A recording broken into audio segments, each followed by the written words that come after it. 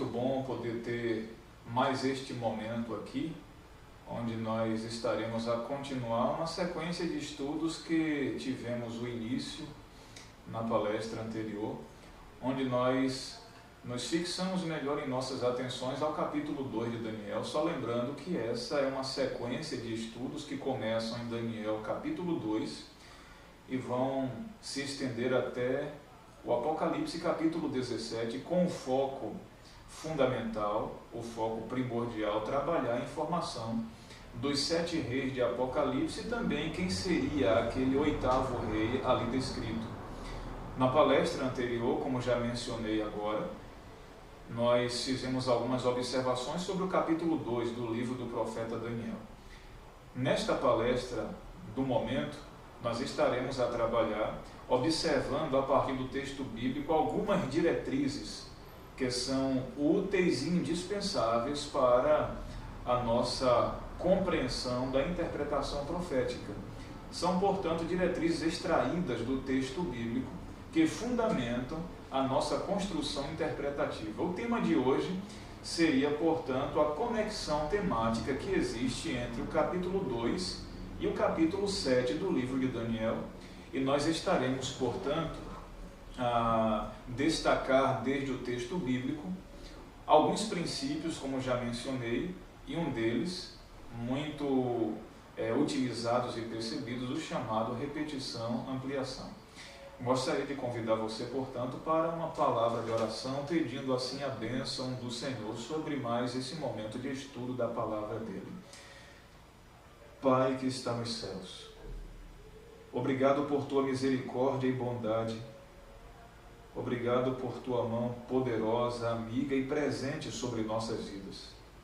Suplicamos, portanto, nesta hora a condução de teu bom Espírito para esse estudo e para a compreensão cada vez mais adequada do texto bíblico, a tua sagrada Escritura, Senhor.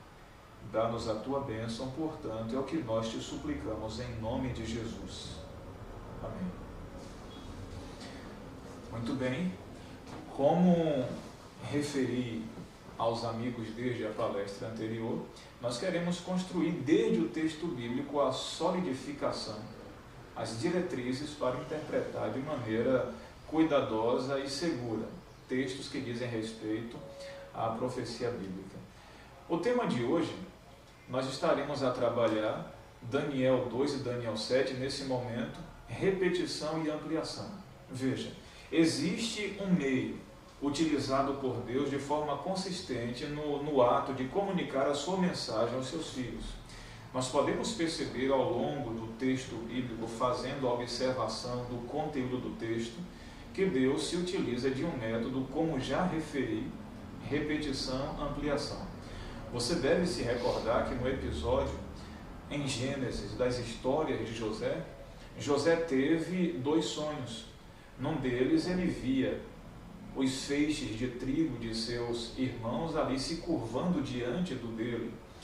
E em seguida ele teve outro sonho onde o sol, a lua e 11 estrelas se curvavam diante dele também. E esses sonhos, na verdade, não eram 2 com 2 conteúdos diferentes, eram 2 que frisavam um conteúdo só: o senhorio de José sobre os seus semelhantes, os seus irmãos e familiares.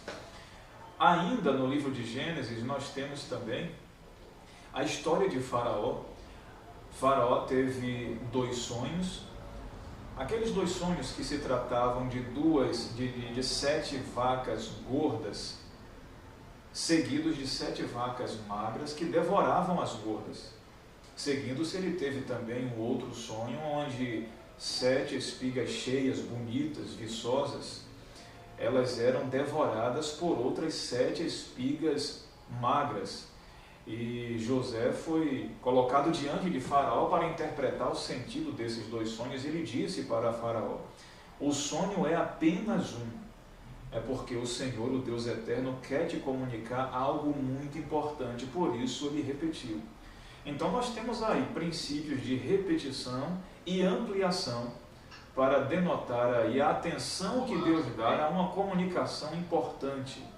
Deus comunica a sua mensagem e reitera a importância dessa mensagem através do método repetição e ampliação. Nós temos também, dentro deste princípio, repetição, ampliação, repete e aumenta, repete e amplia, uma outra característicazinha dentro desses termos aí do conteúdo de profecias apocalípticas. Nós temos uma organização que se apresenta no texto que nós encontramos na Palavra de Deus, referindo-se ao conteúdo da profecia bíblica dada ao profeta. Nós temos o que chamamos de visão dada e visão explicada. Se você observou ou quiser observar, você vai perceber que essa é uma estrutura presente já no capítulo 2 de Daniel. No capítulo 2 de Daniel, versículos 31 a 35, ele descreve diante de Nabucodonosor o conteúdo que foi dado para ele no sonho. E logo em seguida, nos versículos 37 a 45, Daniel agora se propõe a explicar aquele conteúdo. E você pode perceber de maneira muito enfática e direta o versículo 36, que já até conceitua essa estrutura, quando o profeta Daniel diz para Nabucodonosor, depois de ter dito a ele, expressado a ele o sonho que ele havia tido, diz ele: rei, meu senhor, este é o sonho, e o conteúdo, a interpretação, nós daremos agora ao rei. Portanto, precisa-se reconhecer de fato que blocos proféticos, eles contêm uma parte chamada de visão dada e uma outra parte chamada de visão explicada. Isso vai ser de vital importância para a nossa construção de estudos bíblicos. Daniel capítulo 2, vimos ali uma sequência de reinos em 4 metais. E em Daniel capítulo 7, lançando mão dessa realidade repete e amplia, nós temos uma outra descrição de 4 reinos, só que desta feita através da linguagem de animais. Você encontra no capítulo 7 de Daniel animais que sobem desde as águas agitadas do grande mar. Nós temos em primeiro momento ele dizendo que viu um leão com asas subindo desde as águas. Seguindo-se a isso, ele menciona um outro animal, um urso que se levantava, se erguia por um lado mais do que o outro. Esse urso ele tinha 3 costelas entre os seus dentes. Depois disto daí, ele ainda afirma ter visto um leopardo com 4 asas e 4 cabeças. E ele ainda acrescenta que viu também um 4º animal com a aparência extremamente espantosa, 10 chifres sobre a cabeça, dentes de ferro. E esse animal, ele causava danos à terra, ele devorava e pisoteava tudo. E diz o texto que em seguida a esse animal e os seus 10 chifres, um outro chifre pequeno passa a crescer entre os 10, e para que se estabelecesse, ele derruba 3 daqueles que estavam ali. E diz que esse chifre pequeno ele possuía olhos como de homem e também uma boca que falava de maneira insolente contra o Altíssimo. Em seguida a essa descrição, nós temos uma cena de julgamento que se estabelece. Nós temos uma cena de tribunal que toma lugar no dado capítulo 7 de Daniel. E em seguida, portanto, nós temos a explicação do texto. Eu quero que você me acompanhe nesse momento em um raciocínio interessante. Como o nosso Deus procura se comunicar de maneira que possa ser compreendido por aqueles que estarão recebendo a sua mensagem. No capítulo 2, nós percebemos Deus comunicando a descrição da história do mundo para um monarca pagão. E ele se utiliza, portanto, da maneira como esse monarca entenderia melhor a mensagem ali transmitida. A descrição do destino de um reino ou de reinos através da figura de uma estátua já era comum para aquelas culturas do Antigo Oriente Próximo. Nós temos também alguns escritores gregos, a que eu poderia referir nesse momento ao Heródoto particularmente. Ele já mencionava o destino de nação destino de uma nação através da figura de uma estátua. Portanto, a maneira que melhor compreenderia Nabucodonosor o tema da descrição da história do mundo numa estátua foi a figura utilizada por Nosso Senhor para atingir o coração daquele rei. Chegando, portanto, ao capítulo 7, a descrição de reinos que se estendem desde os dias do profeta até o estabelecimento do reino de Deus, a linguagem muda agora e ela ganha um outro ambiente que é aquele cujo povo de Deus já está habituado à sua linguagem, a esse tipo de comunicação. Nós já temos agora os reinos descritos com a linguagem de animais, feras. Feras que era, portanto, o tipo de linguagem utilizada por Deus para descrever os seus julgamentos, infligir, portanto, flagelos ao povo que se porta aleivosamente à sua aliança, quebrando essa aliança. Você tem diversos textos da Bíblia em que animais seriam danosos, instrumentos danosos usados para punir o povo que está quebrando os mandamentos, a aliança de Deus. Aí você tem Levíticos 26, verso 22, você tem o Salmo 79, verso 2, Ezequiel 5,17 e alguns outros também.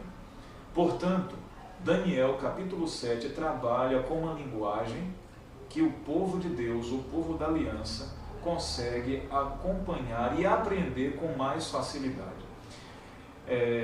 Nós podemos notar através da descrição do texto em si, que esses animais, percebidos na linguagem de Daniel capítulo 7, eles descrevem que são reinos, animais, reinos como animais, que violam os princípios da criação.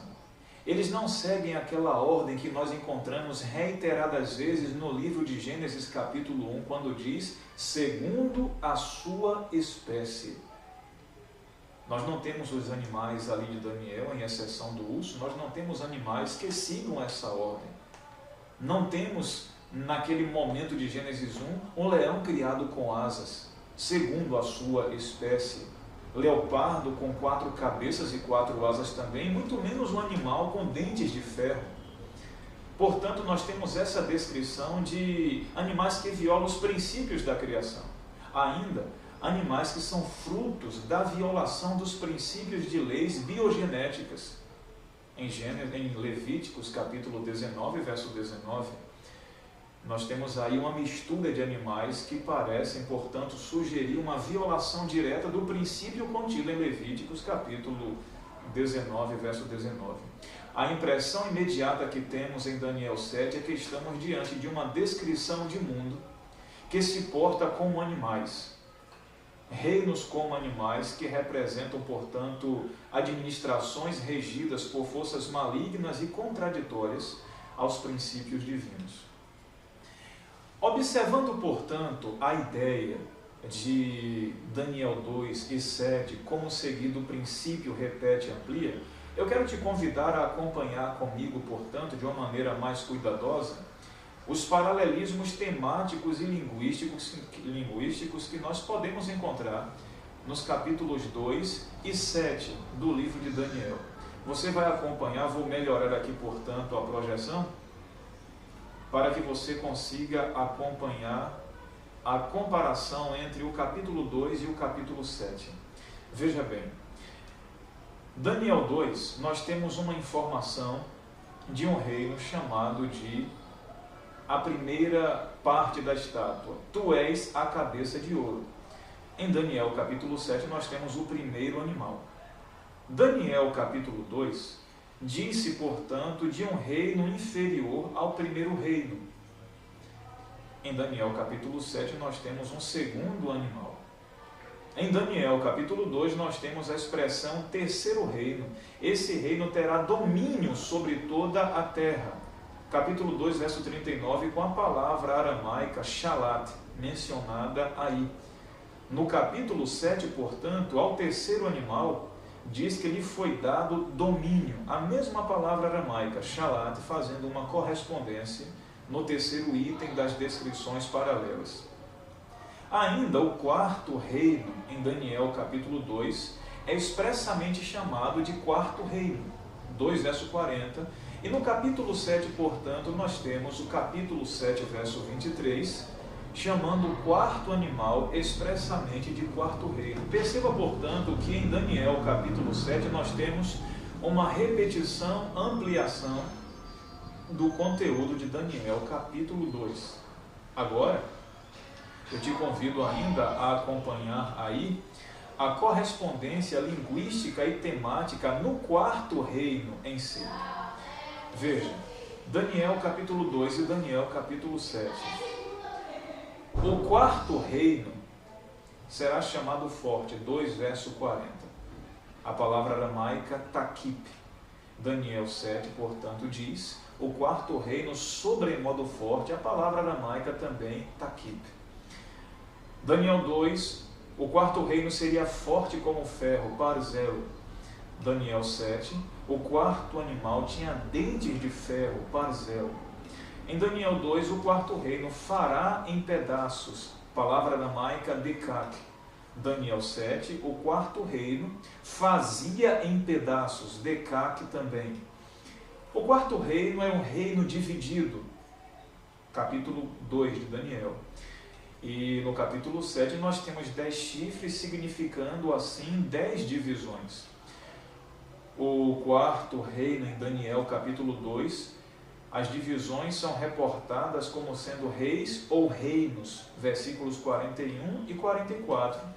E no capítulo 7, portanto, nós temos reis iguais a 10 chifres no verso 24. Muito bem, portanto, nós teríamos aí aquela repetição, ampliação do conteúdo disposto em Daniel capítulo 2. A Babilônia, a cabeça de ouro, referindo-se, portanto, aqui ao leão. O peitoral e braços de prata ao reino medo-persa. O quadril de bronze, associando-se, correspondendo, portanto, ao leopardo, o reino grego. E, por fim, o quarto animal, correspondendo tanto às pernas dos animais da estátua, como também aos pés, dividido em parte de ferro e em parte de barro.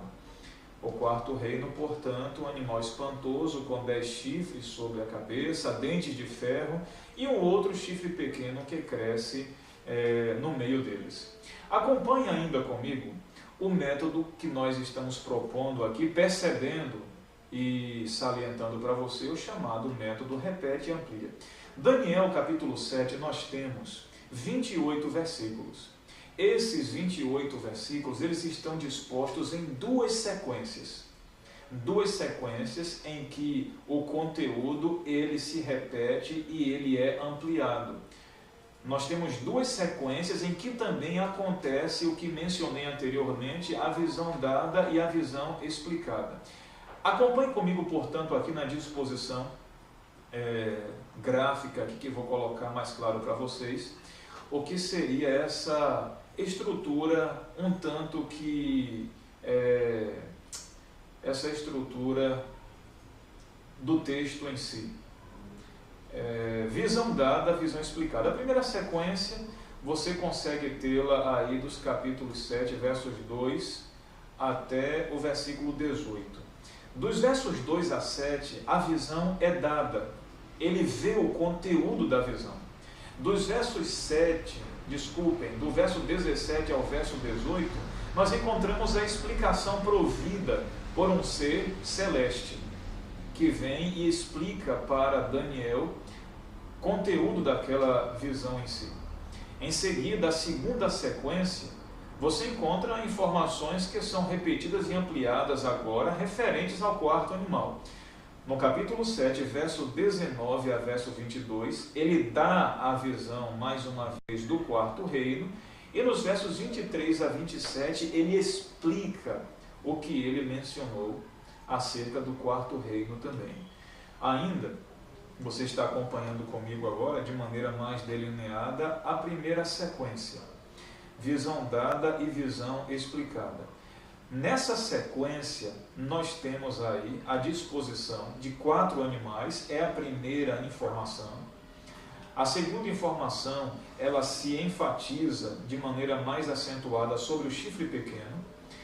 Este, portanto, derrubando 3 reis, o que muitos estudiosos do gênero percebem os Érulos, os Vândalos e os Ostrogodos, com datas aí dispostas, e você pode perceber na maneira como estamos apresentando aí no painel. Seguindo-se as atividades do chifre pequeno, nós temos uma outra cena de juízo que se estabelece. Nessa cena de juízo, portanto, nós temos a conclusão dela, onde o reino é entregue ao Filho do Homem. Essa é a primeira sequência do capítulo 7 de Daniel. Ela consegue nos levar de maneira organizadamente cronológica no tempo. 4 reinos à semelhança de 4 animais. Portanto, nós poderíamos dizer que o leão, ele representa o reino neobabilônico. Nós temos o urso ali que se levanta por um lado mais do que o outro, representando os reinos Medo e Persa. Nós temos o leopardo com 4 cabeças, representando o Império Greco-Macedônico e as 4 dinastias em que esse império se divide quando Alexandre o Grande acaba morrendo. E em seguida o 4º animal, o 4º reino, que seria, como percebemos ontem aqui, o Império Romano, que se estende até os dias do estabelecimento do Reino de Deus de modo modificado em sua natureza, em sua maneira administrativa. Bem, a visão dada e visão explicada na segunda sequência. Nós temos informações que se repetem e que se ampliam, referentes ao 4º animal. Veja que a visão é dada, mais uma vez, no capítulo 7, versos 19 a 22, e que essa mesma parte agora expressa, ela é explicada nos versos 23 a 27. E a sequência disposta é essa aqui. Você tem informações sobre o 4º reino. Esse reino divide-se em 10. E depois você tem a ênfase dada ao chifre pequeno. Este, por sua vez, seria diferente dos primeiros. E ele estaria alterando tempos e leis e perseguindo os santos por uma expressão aqui técnica de profecia, 3 tempos e meio, 1 tempo, tempos e metade de 1 tempo. Seguindo-se a informação das atividades do chifre pequeno, nós temos que se assenta o juízo. E logo em seguida a isso, os santos, portanto, recebem o reino. Essa é a segunda sequência que nós encontramos na estrutura literária de Daniel, capítulo 7. Veja que o texto ele é organizado em si.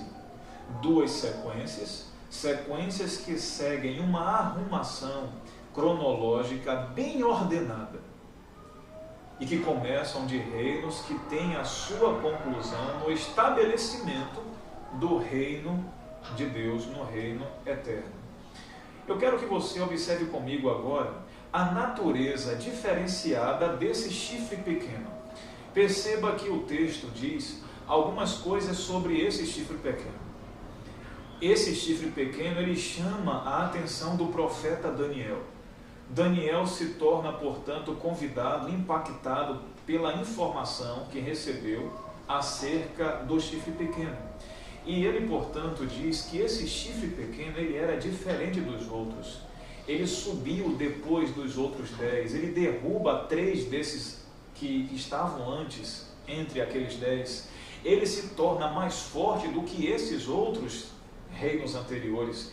E esse chifre pequeno, ele se torna particularmente perseguidor dos santos do Altíssimo, o povo descrito no texto bíblico como o seguidor de Deus, os seguidores do Filho de Deus. E esse chifre pequeno, ele chama a atenção do profeta Daniel porque ele profere palavras contra o Altíssimo. Ele levanta a sua voz contra o Altíssimo. Ele tenta mudar os tempos e as leis. E além disso, ele também recebe assim a permissão de causar dano, de machucar, de preferir e de prevalecer sobre os santos do Altíssimo. A primeira informação acerca do chifre pequeno que eu quero destacar entre nós aqui é que ele tem olhos como de homem. É interessante que no livro do profeta Daniel, o homem, o termo homem, ele aparece geralmente associado a algumas ideias.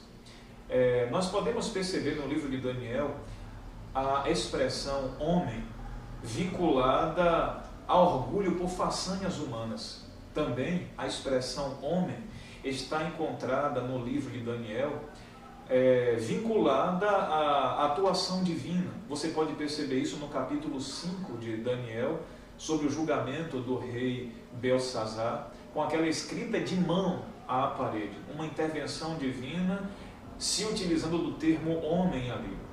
E também o termo homem no livro de Daniel, ele se apresenta associado a mudanças de conduta. No capítulo 7, particularmente, o referencial homem é o filho do homem. O filho do homem que vem depois do estabelecimento do juízo, do julgamento, ele é conduzido até o ancião de dias e ele recebe, portanto, o reino, o domínio.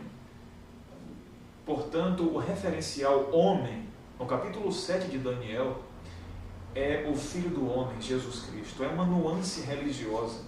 Nós podemos perceber, portanto, que a ideia informada no texto aí de que os olhos eram olhos como que de homem, nós temos a indicação de que o chifre pequeno aponta para um tipo de reino que estaria lançando mão, se apropriando de ideais oriundos da religião do Filho do Homem, ou seja, de Jesus Cristo. Nós temos, portanto, aqui uma espécie de reino que tenta se assemelhar à maneira de conduta do Filho de Deus, mas que no fundo se torna perseguidor e altamente agressivo àqueles que são fiéis ao mandamento e aos ensinos dispostos pelo Filho do Homem, pelo Filho de Deus. E cabe, portanto, para nós a reflexão: o que é ainda que resta da antiga Roma e que é presente nos nossos dias? Isso sugere para nós indícios de identificar o que seria o chifre pequeno de Daniel, capítulo 7, que corresponde de maneira muito direta ao barro. O barro já admite nele, o barro de Daniel, capítulo 2, já admite nele a ideia do chifre pequeno de Daniel, capítulo 7. Eu quero que você observe comigo agora, nessa projeção que vou estar colocando para você, a maneira poética como Daniel, capítulo 7, descreve as atividades do chifre pequeno no versículo 25. Daniel, capítulo 7, ele trabalha com dois gêneros literários assim, de maneira mais enfáticas. Ele trabalha com a narrativa e também trabalha com a poesia. Trabalha com a prosa e trabalha com a poesia. Ao descrever atividades dos animais, geralmente a informação do texto vem de forma narrativa. Quando volta a visão para o juízo em si, o bloco que se define ao juízo, nós temos a linguagem apresentada de forma poética. E aqui, neste versículo, particularmente o verso 25 do capítulo 7, ele está disposto no que nós chamamos paralelismo de declarações, paralelismo de pensamentos, que acontecem de maneira muito frequente na poesia hebraica. Veja, portanto, que a primeira linha de pensamento, a primeira informação acerca do chifre pequeno, é que ele proferirá palavras contra o Altíssimo. Eu coloco isso numa linha chamada linha A, palavras contra o Altíssimo. A segunda linha de pensamento expressa no texto é: e consumirá aos santos do Altíssimo. Pelo paralelismo balanceado de declarações, você vai encontrar agora correspondentes a esses dois tipos de pensamentos já dispostos aí em primeira mão. A outra expressão, cuidará em mudar os tempos e as leis, ela vai se associar ao que é o proferir palavras contra o Altíssimo. Por isso coloquei ali A1 ou A linha. Proferir palavras contra o Altíssimo será cuidar em mudar os tempos e as leis. E como é que o chifre pequeno vai estar consumindo os santos do Altíssimo? O texto diz: os santos lhes serão entregues nas mãos por um tempo, e tempos e metade de um tempo. Essa disposição que estou apresentando para vocês, ela consegue declarar para nós de maneira mais direta qual seria a maneira de atuação do chifre pequeno. O que é proferir palavras contra o Altíssimo é cuidar e mudar os tempos e a lei. O que é consumir os santos do Altíssimo é estar lutando contra os santos durante um tempo, 2 tempos e metade de um tempo. Há uma outra informação que quero que você acompanhe cuidadosamente acerca dessa expressão cuidar e mudar os tempos e a lei. Já disse anteriormente que a ideia dos olhos como de homem sugere uma espécie de tentar se aproximar ou se assemelhar ao Filho do Homem que vem receber o reino na fase do julgamento. Agora, portanto, observe essa informação aqui. Cuidar e mudar os tempos e a lei. Você tem a expressão aramaica para tempos aí, ela é a expressão zinim. Zinim traduzido por tempos.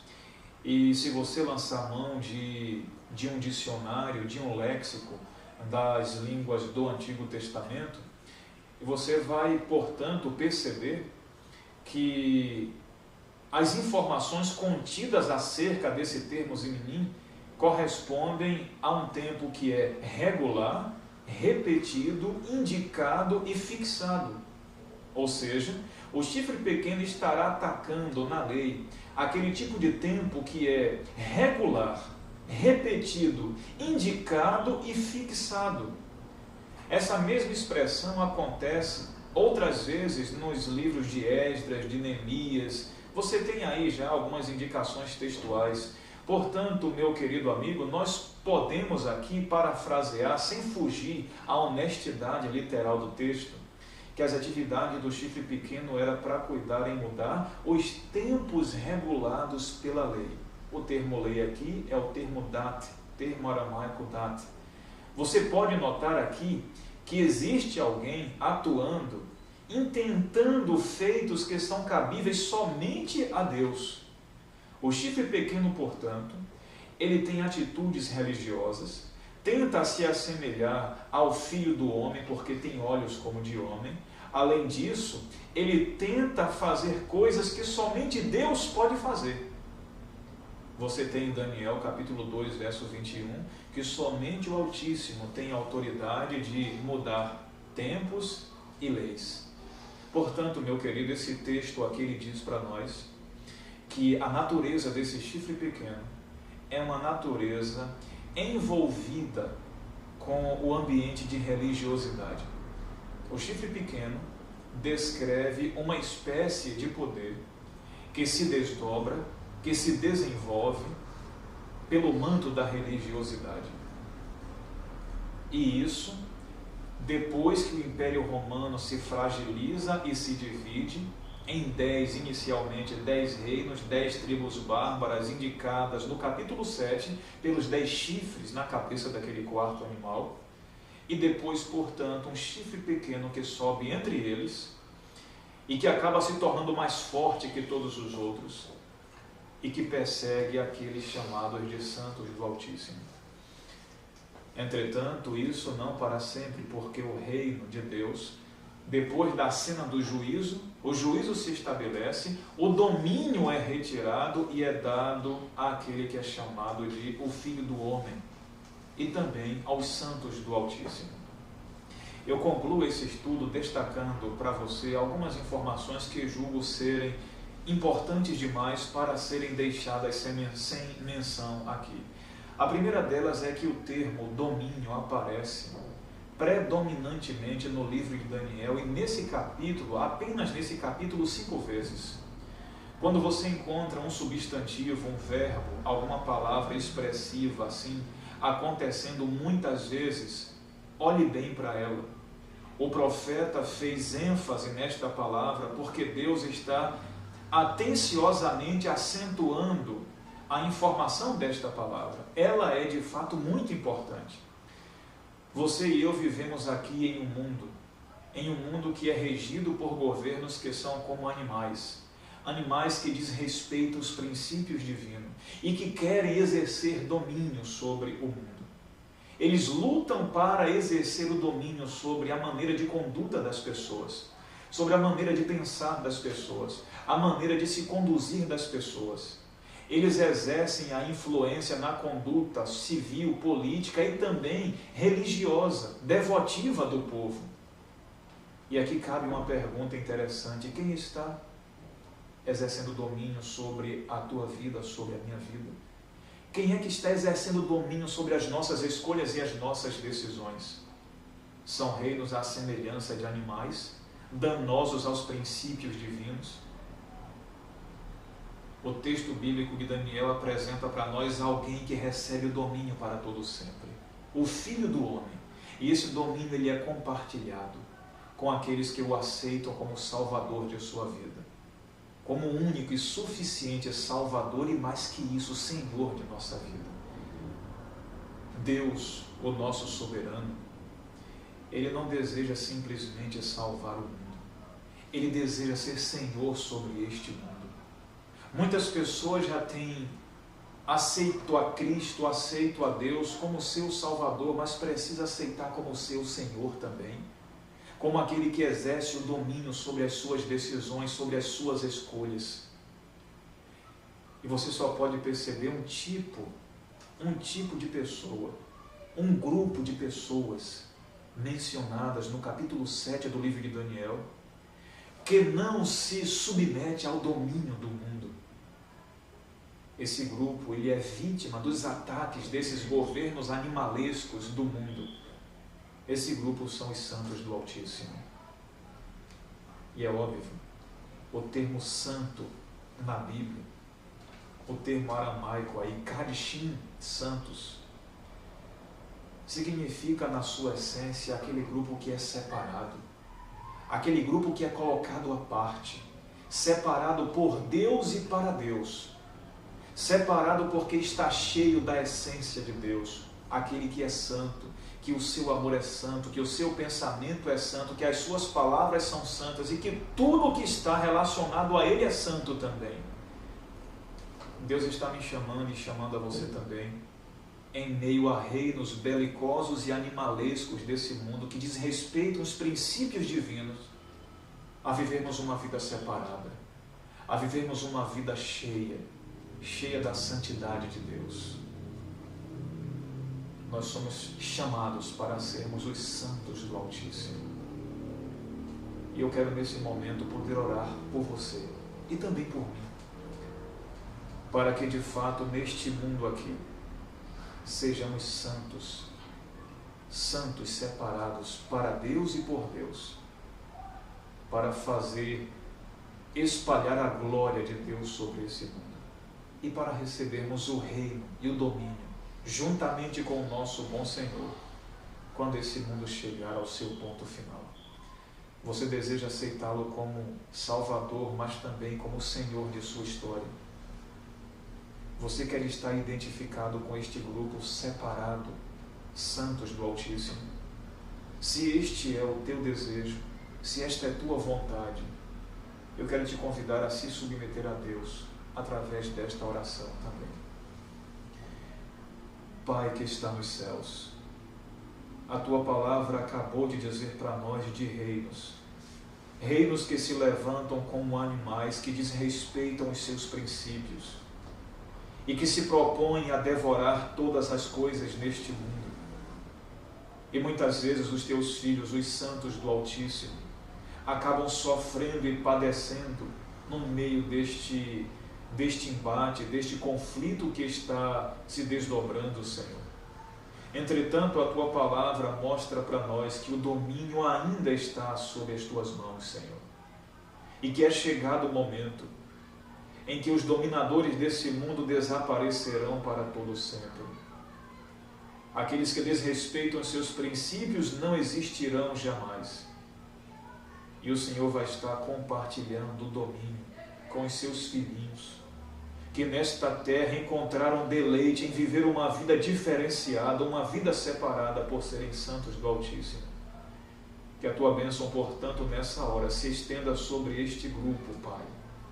É o nosso desejo, é a nossa sincera oração nesta hora, em nome de Jesus. Amém. Foi um prazer tê-lo nesse segundo momento de estudos. No terceiro, nós queremos trabalhar a reconstrução das nações. Note que em Daniel capítulo 2, as nações estavam todas elas enmembradas em um único objeto, a estátua. No capítulo 7, elas foram desmembradas em animais, 4 animais. E nós iremos estudar como elas voltam mais uma vez a remembrarem-se em um elemento só, no capítulo 13 de Apocalipse. E nós iremos trabalhar também informações que dizem respeito ao que seria as atividades do chifre pequeno, no que refere-se à expressão um tempo, 2 tempos e metade de um tempo. E vamos continuar, portanto, as indicações textuais para o que seriam métodos, princípios, ferramentas de interpretação. Aqui começamos a fazer uso, portanto, do método repete e amplia e do método visão dada e visão explicada, presente e inevitavelmente percebido no capítulo 7 de Daniel e também no capítulo 2. E nós iremos também estar trabalhando passagens paralelas e outras junturas linguísticas e temáticas. É o conteúdo do nosso próximo encontro, a terceira palestra. Fique com Deus e até o nosso próximo momento.